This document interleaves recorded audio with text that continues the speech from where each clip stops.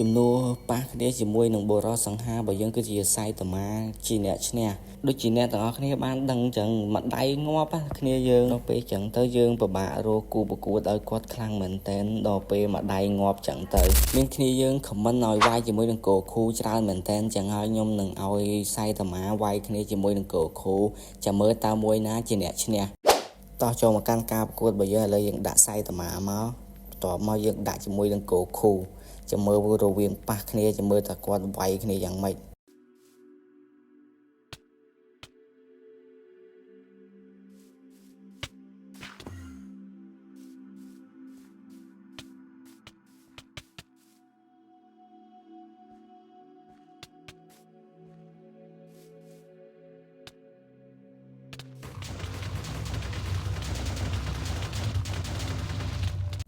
មានអារម្មណ៍ថាគូមួយនេះគឺថាល្អមើលខ្លាំងមែនតើ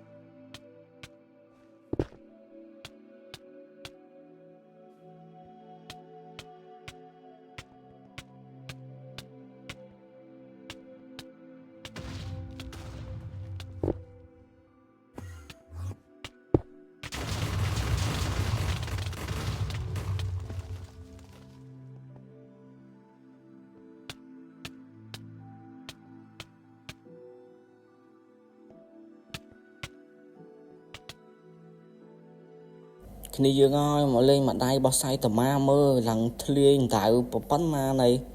អូយមើលគូពីរនាក់នេះវាយគ្នាចប់មកមើលធ្លាយធ្លុះធ្លាយអស់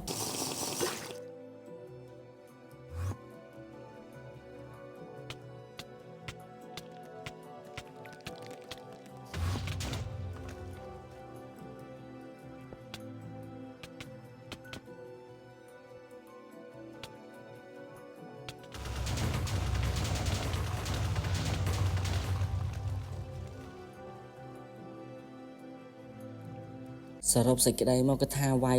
គឺបាត់គូខូបាត់តែគ្នាយើងបាត់ឈឹងតែម្ដងអត់ដឹងថានៅទីណាទេអញ្ចឹងខ្ញុំប្រកាសថាឲ្យពីរអ្នកនឹងស្មើគ្នាចាំមើលវគ្គក្រោយនឹងឲ្យគាត់វាយគ្នាម្ដងទៀតមើលធ្លុះធ្លាយវើខ្ញុំខ្ទេចអស់ហើយលេងខ្ញុំនឹងនាំអ្នកទាំងអស់គ្នាមើលមួយដៃរបស់សៃតាមាអ្នកទាំងអស់គ្នាអាចមើលបានមួយដៃរបស់សៃតាមាមុនហ្នឹងគឺថាធ្លុះធ្លាយនឹងដល់តាណាទេអ្នកគ្នាយើងអើយ